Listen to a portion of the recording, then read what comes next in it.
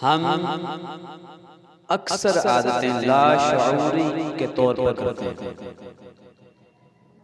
फिर जो अच्छी आदतें होती हैं हमें कामयाब कर देती हैं, और जो बुरी आदतें होती हैं हमें नाकाम कर देती हैं। एक तहकीक के मुताबिक दिन भर में तकरीबन 40% काम हम अपनी मर्जी से नहीं बल्कि आदत के मुताबिक कर रहे हैं।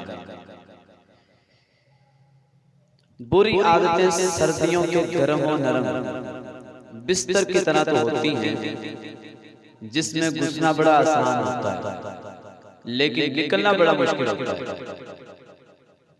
लेकिन अपनी गलती को मानकर दुरुस्त कर लिया जाए तो मेरे ख्याल में कामयाबी की राहें खुल जाती हैं। तो हमें सबसे पहले अपना ये ज़हन बनाना होगा कि मेरे अंदर जो बुरी आदतें हैं इसको दूर करने की जिम्मेदारी भी मेरी है, मुझे ही दूर करनी पड़ेगी कि दूसरा कोई भी मेरे पास आकर उसका जिम्मेदार नहीं है कि उसको दुरुस्त करवाए। तो हमें अपने आप में खुद तब्दीली जो है वो लाना होगा। हम अगर चाहेंगे कि बुरी आदतों पर चलना है तो हम अपनी आदत जो है वो बुरी कर लेंगे। अपना जो दिमाग है, अपना जो दिल है वो हम बुरी आदतों के अंदर मुलव्वस कर लेंगे। तो फिर हमारे लिए आसानी हो जाएगी कि हम बुराइयां करते हैं। और अगर हम अपना दिमाग दुरुस्त कर लें, दिल की कैफियत को दुरुस्त कर लें, तो उम्मीद है कि तब्दीली जो है वो हमें नसीब हो सकती है। तो बुरी आदतों से पीछा छुड़ाना अगर चाहते हैं हम तो मैं कुछ बातें अर्ज करता हूँ, इस पर अमल करें इंशाअल्लाह अज़्ज़ा वजल। मुझे भी अल्लाह ताला तौफीक अता फरमाए और आपको भी। अगर हम अमल कर लें तो इंशाअल्लाह अज़्ज़ा वजल हमारा दुनिया में भी फायदा होगा और आखिरत में भी फायदा हो सकता है। सबसे पहले नंबर पे हमें करना क्या है? सबसे पहले अपनी आदतों का जायजा लें कि इनमें कौन सी अच्छी हैं और कौन सी बुरी। फिर दूसरे नंबर पे इस जायजे के लिए खुद से अलग होकर अपने आप को देखेंगे तो खूबियां और खामियां जो हैं जल्द दिखाई देने लग जाएंगी। क्योंकि जितना आप खुद को जानते हैं कोई दूसरा शख्स आपको नहीं जानता। मसलन किन बातों को बर्दाश्त नहीं कर सकता और जल्दी गुस्से में आ जाता हूं, या मैं किस तरह के काम करके खुशी महसूस करता हूं। ठीक है, तो ये अगर हम जायजा लें तो इससे भी हमें काफी फायदा होता है। तीसरी बात, आदतों की शनाख्त के लिए अपने किसी दोस्त या शरीके हयात की भी मदद ली जा सकती है। अपने दोस्त को भी इसमें इस्तेमाल कर सकते हैं, अपनी जो बीवी है उसको भी इस्तेमाल कर सकते हैं, अपने बहन भाइयों को इस्तेमाल कर सकते हैं, अपने वालिदैन को भी इसके अंदर इस्तेमाल किया जा सकता है, उनकी भी मदद ले सकते हैं। क्योंकि बाज़ औक़ात अपनी काट छांट करना बहुत मुश्किल काम हो जाता है, तो इसलिए दूसरों की भी मदद ली जा सकती है। चौथे नंबर पे अपनी तरजीहात तय करना चाहिए।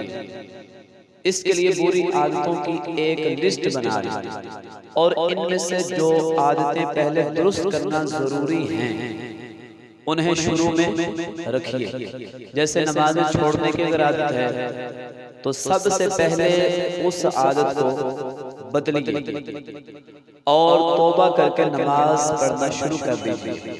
और जो छूट चुकी हैं उनका हिसाब लगा लें कि कितनी मेरी कज़ा हो चुकी है जो मुझ पर लाजिम है।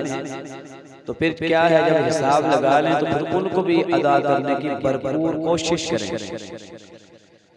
पांचवी बात, एक साथ सारी आदतें तब्दील करना दुश्वार तरीन है, बहुत मुश्किल है कि बंदा अगर चाहे कि मैं शराब भी छोड़ दूं, जुआ भी छोड़ दूं, नमाज़ें पढ़ना शुरू कर दूं, वो काम नहीं करता वो भी। तो इस तरह की कई यानी हजारों अगर बुरी आदतें हैं तो एकदम सबको छोड़ना मुश्किल हो जाएगा। इंसान हिम्मत भी हार जाता है कि मैं नहीं बदल सकता, इसलिए आदतों को एक एक करके तब्दील कीजिए। मसलन लेट होने की आदत है तो देख लीजिए कि आप कितना लेट होते हैं, 15 या 20 मिनट लेट हो रहे हैं या इससे ज्यादा हो रहे हैं, तो इसके क्या सबब है।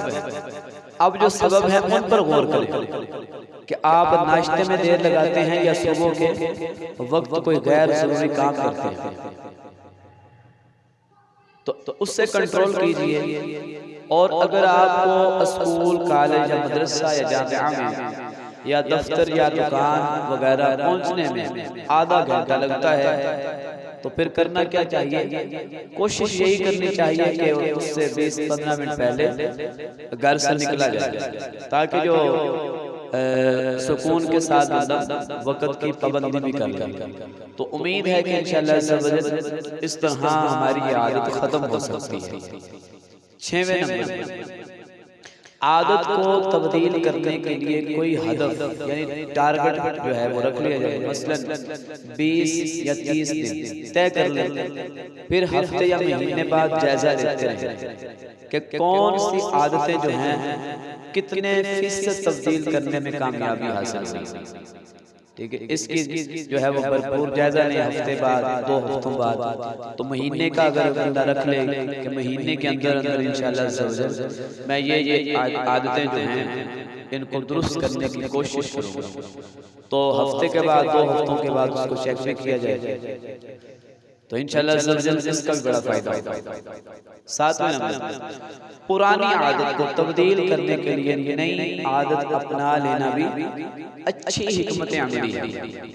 मसलन आप जानते हैं कि मैं रात 9 बजे के बाद इंटरनेट इस्तेमाल करना शुरू करता हूँ, तो रात के कमोबेश 12 बजे तक रात के 12 बजे तक जो है उसी में लगा रहता हूँ।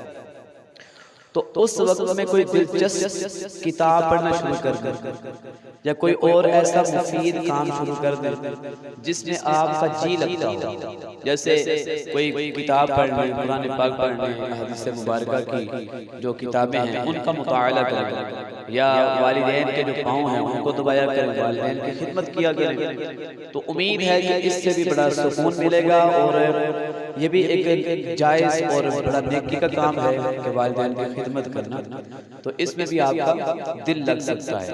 और ज़ाहिर है जो इंटरनेट के जरिए हमने गंदगी देख रही है, अपनी आंखों को जहन्नम की आग में भरना है, तो ये इससे भी महफूज हो सकते हैं।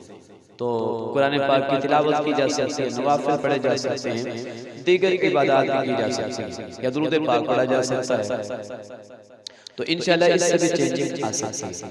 शायद फौरी जो है ना फिल और कामयाबी ना मिले, लेकिन मुसलसल कोशिश जो है वो जरूर जो है ना ये रंग लेकर आती है। तो कोशिश करना हमारा काम है और कोशिश पर अजर और सवाब देना और उस पर साबित कदम रखना ये रब्बुल आलमीन की ज़ात है, तो हमें कोशिश ही करनी चाहिए, तो इंशाअल्लाह बड़ा फायदा होगा। 8वें नंबर, 8वीं बात, बहुत दफा ऐसा होता है कि हम अपने आप से खुद को बदलने का वादा करते हैं। मिसाल के तौर पर बंदा अलग बैठा हुआ है, तो अब नमाजें नहीं पढ़ता, तो किसी को देख के नमाज पढ़ रहा है, तो अब वो दिल के अंदर कहते हैं कि मैं भी इंशाअल्लाह अल्लाह के बाद नमाज पढ़ूंगा, मैं भी फलां काम करूंगा, मैं भी दुरूद पढ़ूंगा, मैं भी मस्जिद की खिदमत करूंगा, मैं मदरसे की खिदमत करूंगा, मैं तुलबा पर जो दीनी तुलबा हैं जो दरस निज़ामी करते हैं, हिफ्ज़ नाज़िरा की तालीम हासिल करते हैं, उन पर खूब खर्च करूंगा। यानी उसका ये ज़ेन होता है, बदलने की कोशिश करता है, वादा भी करता है, लेकिन उससे पूरा नहीं कर पाता।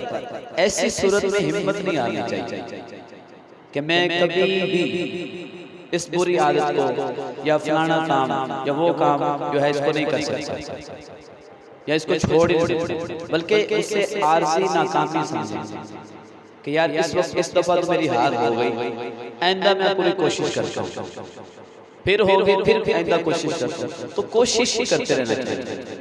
ठीक है, नाकामी ना समझें और कामयाबी के लिए कमर बस्ता हो जाए, दुआएं जो हैं किया गया, तो इंशाअल्लाह इसमें बड़ा फायदा होगा। 9वीं बात, सोहबत जो है ना अपना असर रखती है, इसलिए ऐसे लोगों में उठने बैठने की कोशिश कीजिए जिनकी आदतें अच्छी हों, कुछ ही अरसे में आपकी आदतें भी इंशाअल्लाह अज़्ज़ा वजल अच्छी हो जाएगी।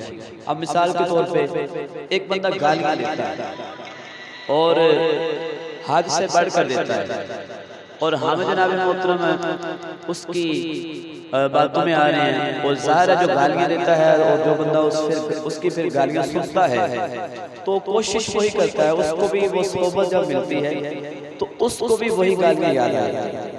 पर जब वो कोई बात होती है, कोई मामलात होते हैं तो उसके मुंह से भी वही गालियाँ निकलती हैं जो उसने अपने दोस्तों से सीखी और कई मरतबा घर वालों से भी ये सीखा जाता है। तो हमें माहौल को देखना है, सोहबत को देखना है कि मैं कैसे सोहबत को इख्तियार किए जा रहा हूँ। तो अगर सोहबत अच्छी मिल जाए, कुरान पढ़ने वालों की सोहबत मिले, दुरूद पढ़ने वालों की सोहबत मिले, हजूर के गीत गाने वालों की सोहबत मिले, हजूर का जिक्र करने वालों की सोहबत मिले, तो ये इस तरह के नेक अमाल करने वालों की सोहबत मिले, अल्लाह वालों की सोहबत मिले, तो फिर तो हमारी किस्मत ही रंग ले आएगी और हम तो बदल भी सकेंगे। तो अपने ऊपर गौर करें कि मैं कैसे सोहबत जो है वो उसके अंदर अपनी जिंदगी बसर कर रहा हूँ। इस हवाले से आप ऐसा करें कि आशिकाने रसूल की मदनी तहरीक दावत इस्लामी से वाबस्ता हो जाए। अगर आप वाबस्ता होंगे तो ये भी बहुत मुफीद है कि हजारों नहीं बल्कि लाखों नौजवान अपनी बुरी आदतें इस माहौल में आकर छोड़ चुके।